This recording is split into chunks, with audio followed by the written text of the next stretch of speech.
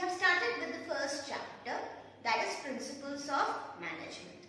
We talked about that the principles of management are being given by two people. That is, there are two fathers of principles of management. One have given modern principles and the other one has given scientific principles. When we talk about the scientific principle, it has been given by F.W. Taylor, and when it is being said as modern management, father of modern management, then it is known to be as, or the person is known to be as the particular Henry Fayol, right? Now, if we see, Henry Fayol has given how many principles? Let's revise them. They have given 14 principles of management, right? But when we talk about F.W. Taylor, he has given the scientific principle.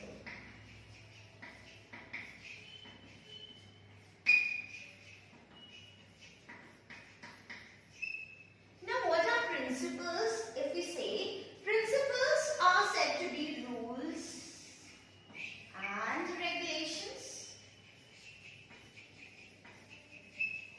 Yes, but when we talk about these rules and regulations, we can say they can be amended, that is, they can be changed according to the situation, where we can say that they can be flexible, right? Again, they are universal because they are being used in each and every organization. Wherever you work, you will find these rules and regulations. These are universal in nature, right? Again, they are a part of where we say flexible, universal, and we generally talk about that they are being the principles, or they are being the standards which are being formed so that the company can move on with those rules and regulations. Yes? So these are then known to be as flexible and they are universal. Again, when we talk about the 14 principles given by Henry Fayol, we can say that Henry Fayol has said that every organization which has been set, right, it will have at least some rules and regulations which will be going to which the people need to go accordingly, and they can achieve their targets on the basis of those principles, right? Let's talk about the principles which are being given by the Henry Fayol, right? The 14 principles given by Henry Fayol .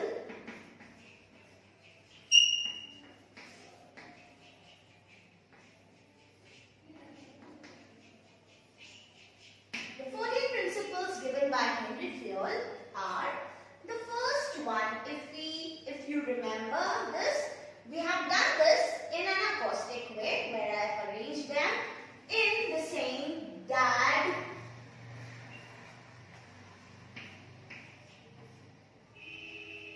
for, you see.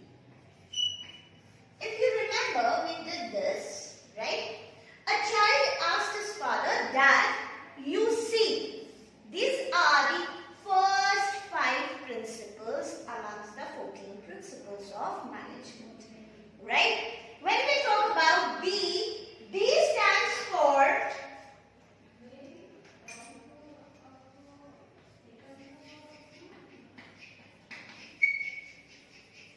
division of work. Right? This principle says that the work will be divided. I will be explaining you again. We are going to revise this once again. When we say division of work means the total work will be divided into these subparts, and these subparts are being divided amongst the different employees so that this work can be done in a shorter time, and altogether everybody will work in a team and they will work towards achieving the organization goals. When you divide a work, the total work, when this total work is being divided, then every single part, that is the subpart, will be divided amongst the employees, and those employees, the division of work will be according to the specialization. Right? Specialization of whom? Of employees. That means if an employee is good in manufacturing part, then that total work which is being given, the manufacturing part will be given to that particular employee because he is expert, or we can say he is specialized in that work. Right? This is what's known to be as the first principle, that is division of. Second stands for, when we say authority and responsibility. The second says authority and responsibility. When I divide the total work into small subparts, then we can say that the individual person will be held responsible for that work. But in an organization, when there are large people working, then every employee will be given some authority to do a particular work. With that authority, the person will be held responsible. Right? So we can say the person who is being given with the authority, he has to act as a responsible person too. Right? Next one, that is D, again, is known to be as the part of discipline.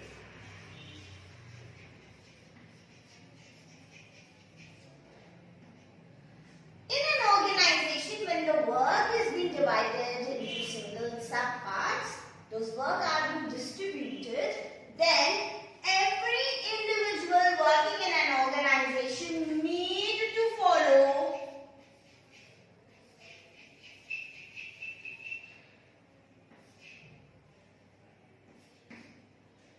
rules and regulations.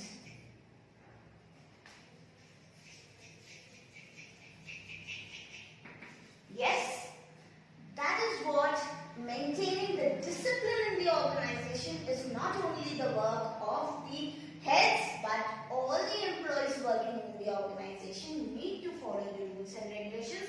This is how I can maintain the discipline in my organization. The person who is specialized in the work will be given the same work. That is discipline in the organization.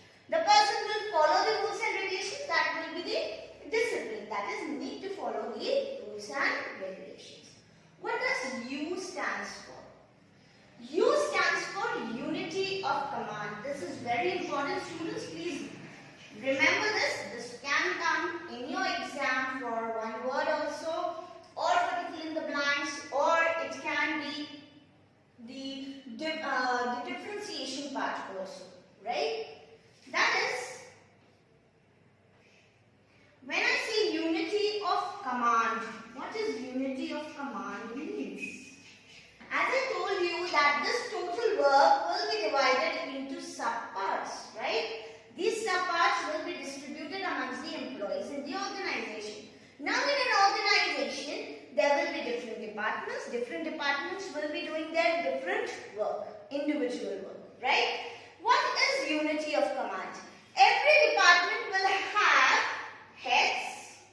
Here, Henry Fayol said that every employee of the organization should get a command from only one head.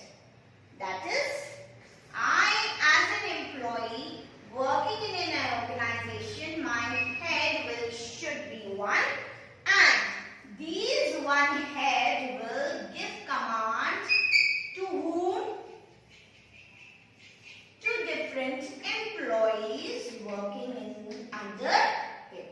That means there should be only one head who will give the commands, right? Why such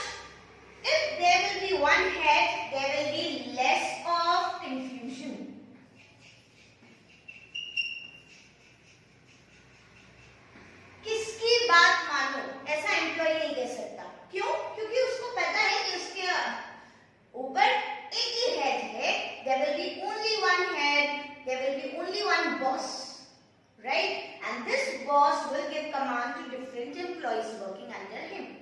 If there will be two boss, there will be more of confusion. That's why to reduce the confusion, to reduce or to we can say to improve the efficiency and effectiveness of the employees,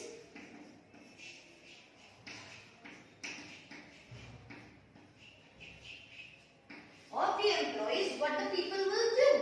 The people will, in an organization, there will be only one boss. Right? So, this is what is said to be unity of command. Now, when I say C, C stands for centralization. What is centralization means?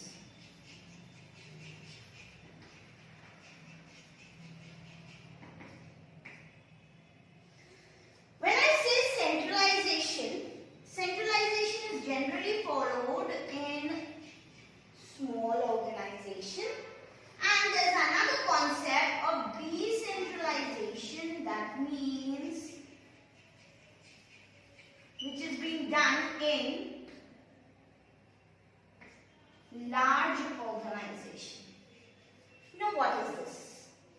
When I say centralization, that means the command or the authority will be in one hand, that is being centralized or synchronized in an organization in a particular hand, in few hands. The authority will be in few hands. But when you talk about decentralization and when there is a large organization where there are lots of departments, then the centralization of authority will be lacking. Why? Because एक ही जगह अगर मेरी authority रही तो हो सकता है कुछ डिसीजन जो इमीडिएटली लेना हो वो ना ले पाऊं. बहुत सारी बार ऐसा हो सकता है कि मेरे ऑर्गेनाइजेशन को इस डिसीजन ना लेने की वजह से मुझे लॉस हो जाए. So to avoid those losses, to avoid those delays, in a large organization, I use decentralization of authority. That means authority will not be gathered in few hands, but it will be distributed amongst the different heads of the organization, of the different departments. Right? So there are 10 departments in an organization. Every head will have the authority and responsibility. So those authority which are being distributed comes under decentralization, and the authority which has been synchronized, which is being gathered in few hands only, that is known to be as centralization of authority. Right? Please make it a note, students, whenever you explain centralization, it is compulsory to explain the decentralization. Right? Because it differentiates over here itself small and large organization part. Am I clear till here? Now, we'll talk about the next principles, under 14 principles, that is USSR. What does USSR means? When I say a child asks his dad, "Dad, you see USSR?" So, Dad, you see, we have seen division of work. It is said to be authority and responsibility, then discipline. Then we talked about that unity of command, centralization C stands for. Now, we'll see the sixth one,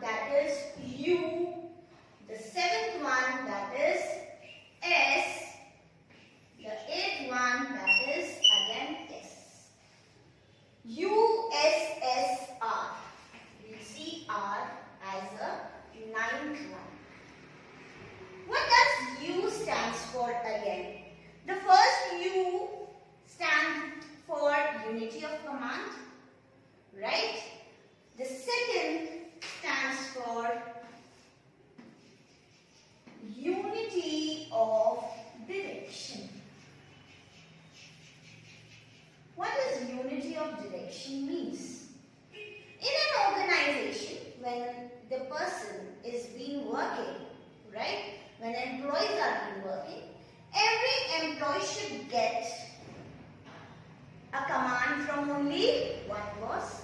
Similarly, that one boss should give only one plan.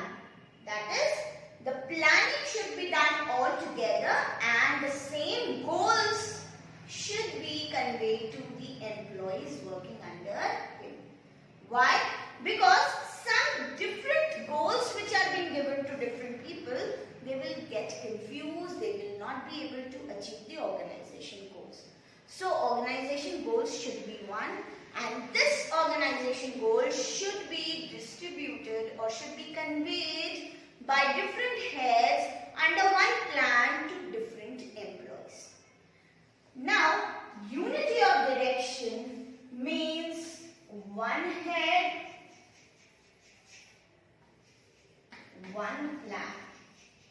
Everybody should get a common goal. That is, they should achieve only common goals, not their individual goals. Am I clear till here? Now, S stands for subordination.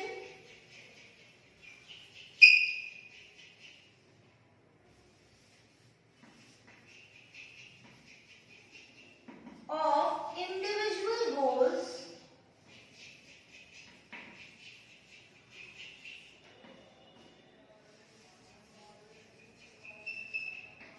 into organization.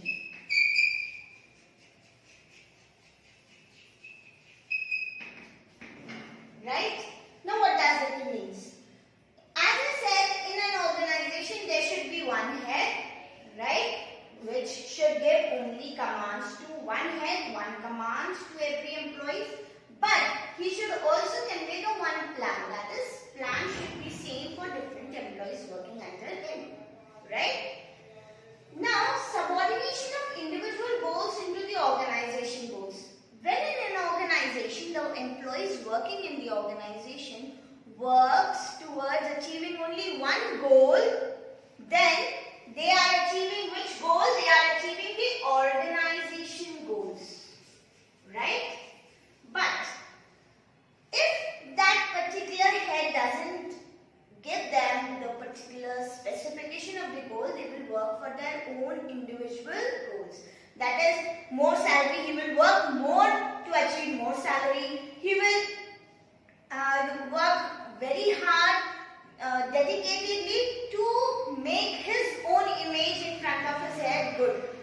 But no, this should not be done in an organization. All people should work towards achieving the organization goals and not the individual goals. Right? They should not achieve the individual goals, but they should work for achieving what? Organization goals. So what does subordination mean? Subordination means all the individual goals should be grouped into achieving what? Organization goals, and no one should work for their own individual goals. What does again the next S stands for? This is again an important principle, right? So I will be explaining you clearly here.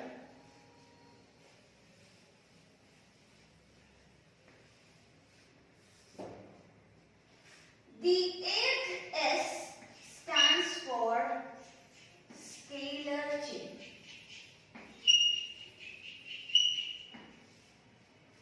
Now what is a scalar chain?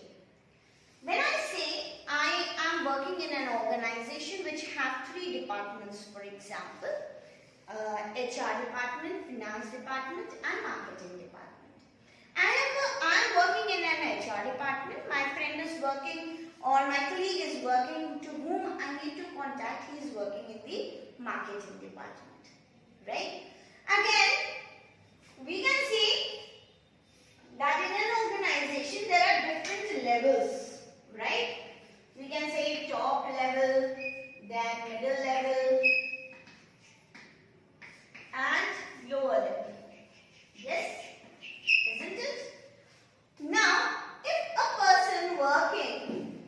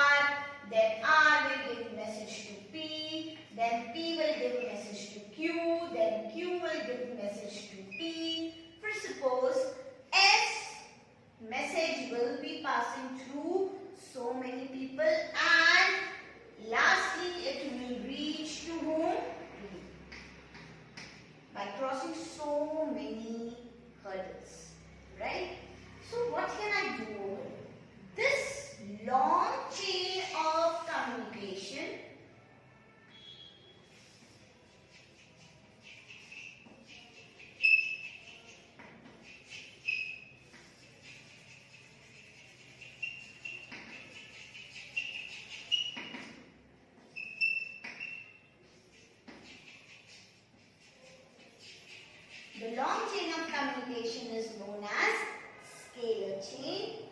But this was a situation which created with Henry Fayol. He was also working in an organization as an engineer. So he thought, why cannot I directly contact to D when I am here as an S, and if I want to directly communicate to D, why can't I directly communicate? So he made a concept of direct communication, not through this long chain,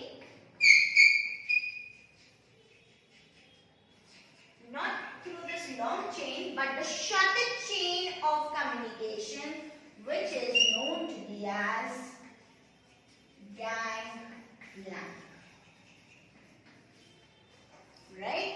What he did is, he said that in an organization, a person can directly contact to a person who is in another department also through a concept known as gangplank. This is known to be as shortest chain of communication.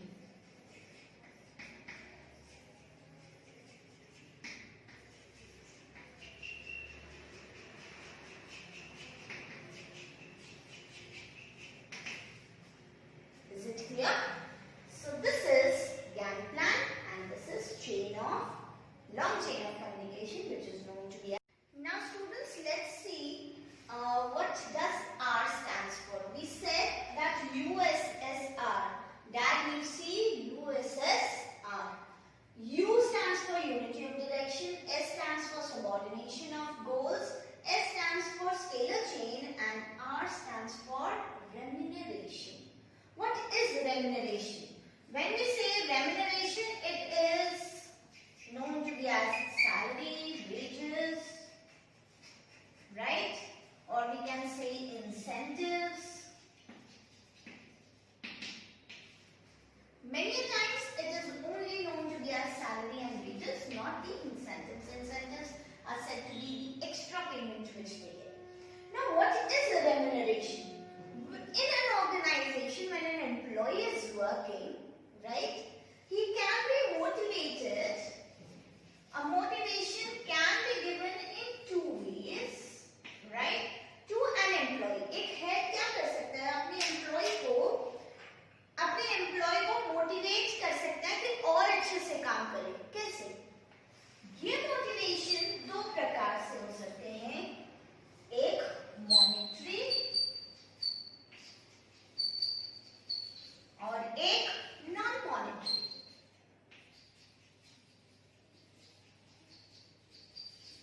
When I say monetary, that means it includes money. है ना? So any person to whom I can give money and motivate him to work more harder next time, it is monetary motivation. A person who is being given, for example, tours, cars, or house to live, if he is working, when an employee is being given all these facilities, those are non-monetary benefits which are being given so that those employees can be more dedicated towards the organization. So what does remuneration means? Remuneration comes under money, that is monetary benefit, and in an organization, Henry Fayol said that every employee should get which kind of remuneration? They should get fair remuneration. Fair means what work they do, they should get paid for that work itself. That is a remuneration which is according to their job.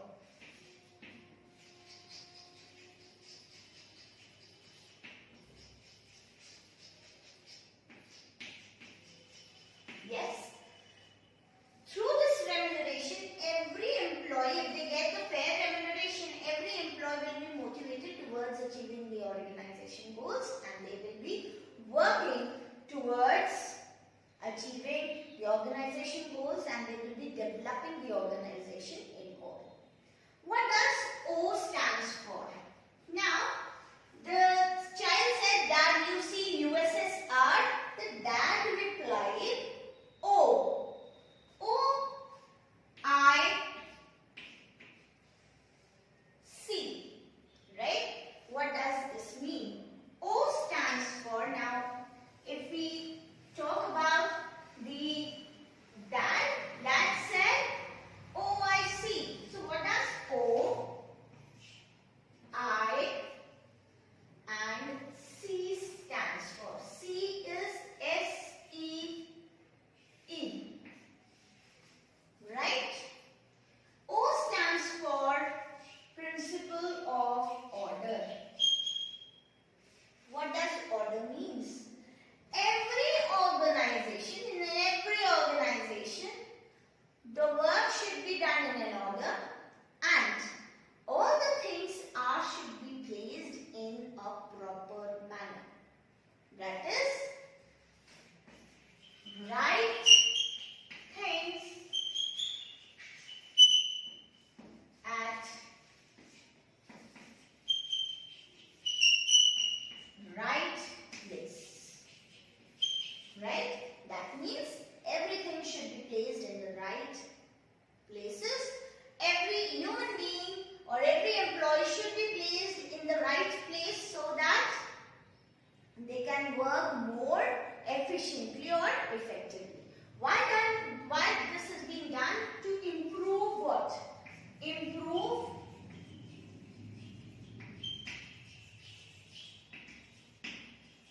efficiency and effectiveness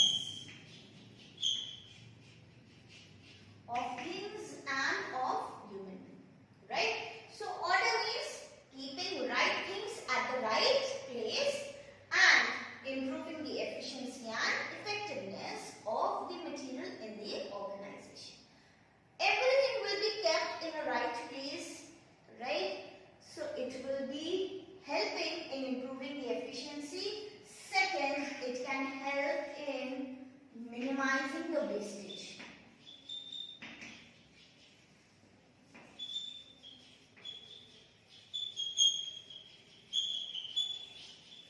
What it will do? It will minimize the wastage. Now, let's see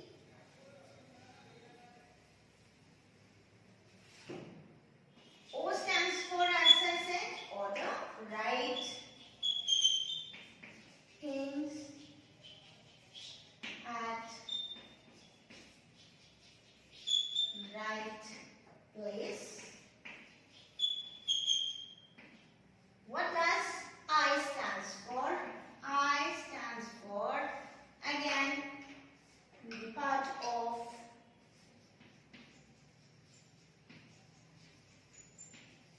principle of initiative. What does this principle say? Principle of initiative says that every employee in the organization should be given a chance to express his own ideas. Right? A chance to express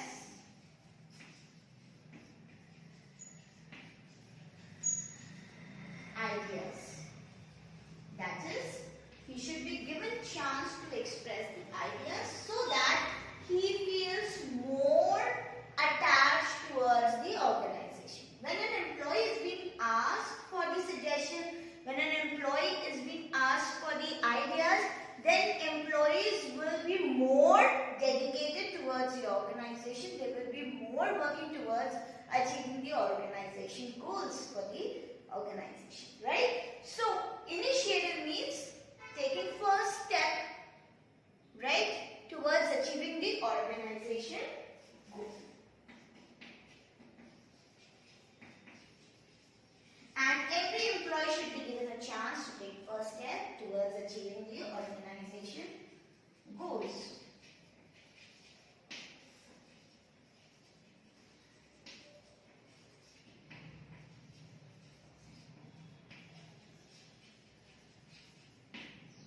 Isn't it? Now, as the father replied, OIC,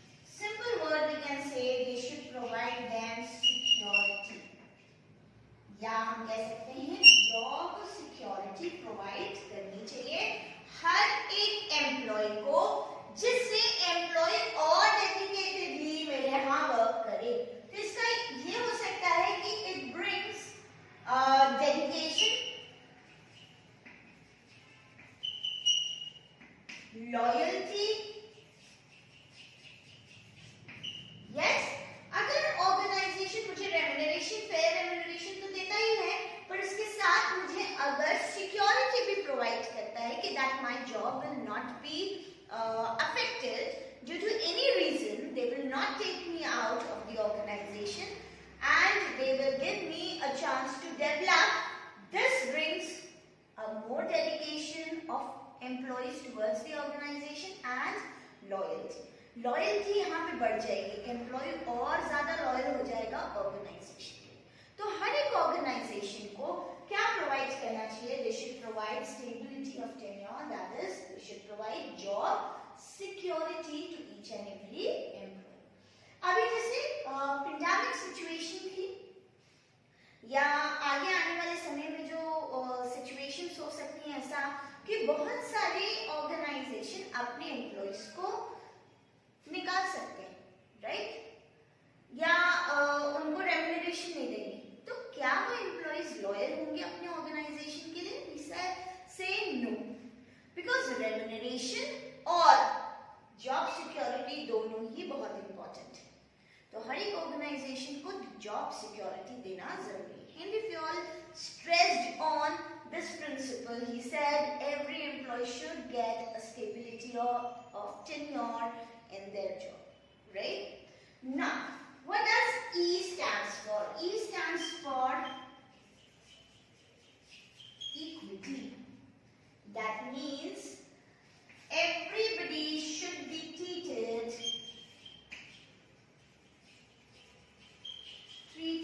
equally. Every employee should be treated equally. Why equally? Why? Because in an organization, no work is small or big. Every person who does a particular job in an organization is contributing something to the organization, or he is contributing towards achieving the certain goals, right? So we can say that in an organization, Henry Ford said that every employee should be treated equally in the organization so that they can work more effectively and they are being more towards achieving the organization goals. अब जब हम divide करेंगे work in an organisation, हम work भी divide करते हैं। हमने जैसे बोला था division of work. When the work is being divided into some part, then every person should be held responsible for that particular thing. That means हर एक employ को उसके काम के हिसाब से वर्क देना चाहिए जिससे वो ज्यादा अटैच्ड हो मेरे ऑर्गेनाइजेशन से, और सबको मुझे इक्वली क्या करना है, ट्रीट करना है in an organisation, right? Proper division of work होना चाहिए जिससे कोई कॉन्फ्लिक्ट्स नहीं होने चाहिए। It can avoid conflicts in the organization. Conflicts, मुझे ज्यादा काम दिया, उसे कम काम दिया, उसे तो कुछ भी काम नहीं दिया, ये सारी conflicts मेरे organization में नहीं होनी चाहिए. The next E and the last one stands for Esprit de Corps. Esprit de Corps. What does Esprit de Corps means? It means teamwork, right? In an organization, everybody should work in a team. Every head should make the people to work in a team to avoid conflicts,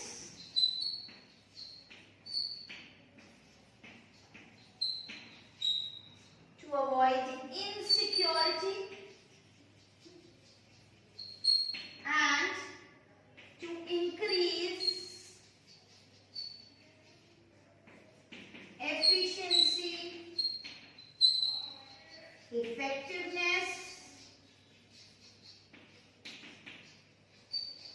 and we can say it will help in feeling more attached towards the organization, or increases what? Attachment.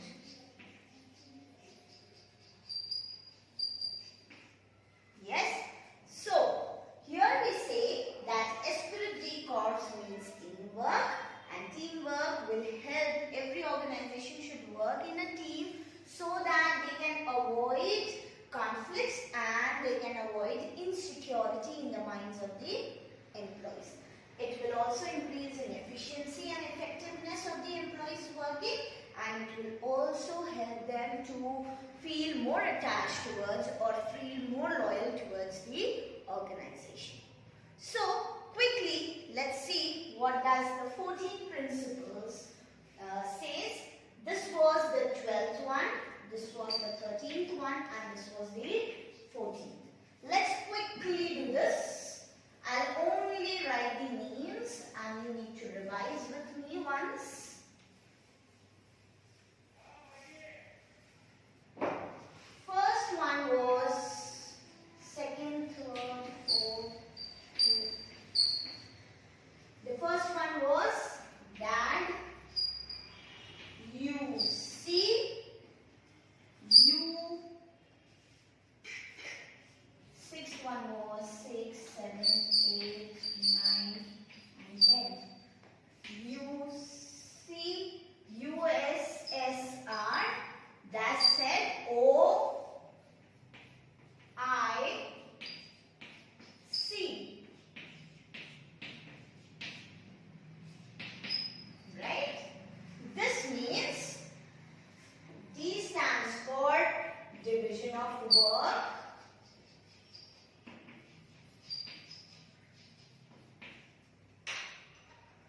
A stands for authority and responsibility. Right? D stands for again discipline. U stands for unity of command. Then again C stands for the part of, we can say the part of centralization.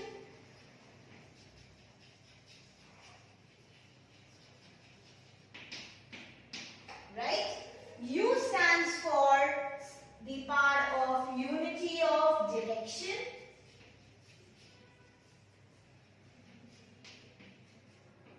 S stands for scalar chain. Again, S stands for the subordination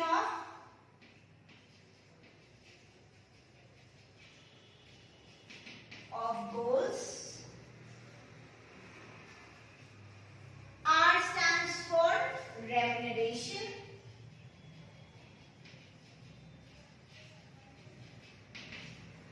O stands for the part of order. I stands for initiative, principle of initiative. S stands for stability of tenure, principle of stability of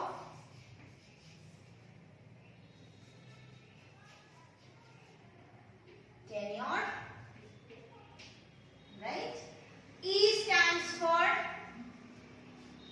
the part of equity, principle of equity, and last E stands for spirit, D corpse. So I hope you all must have understood the 14 principles of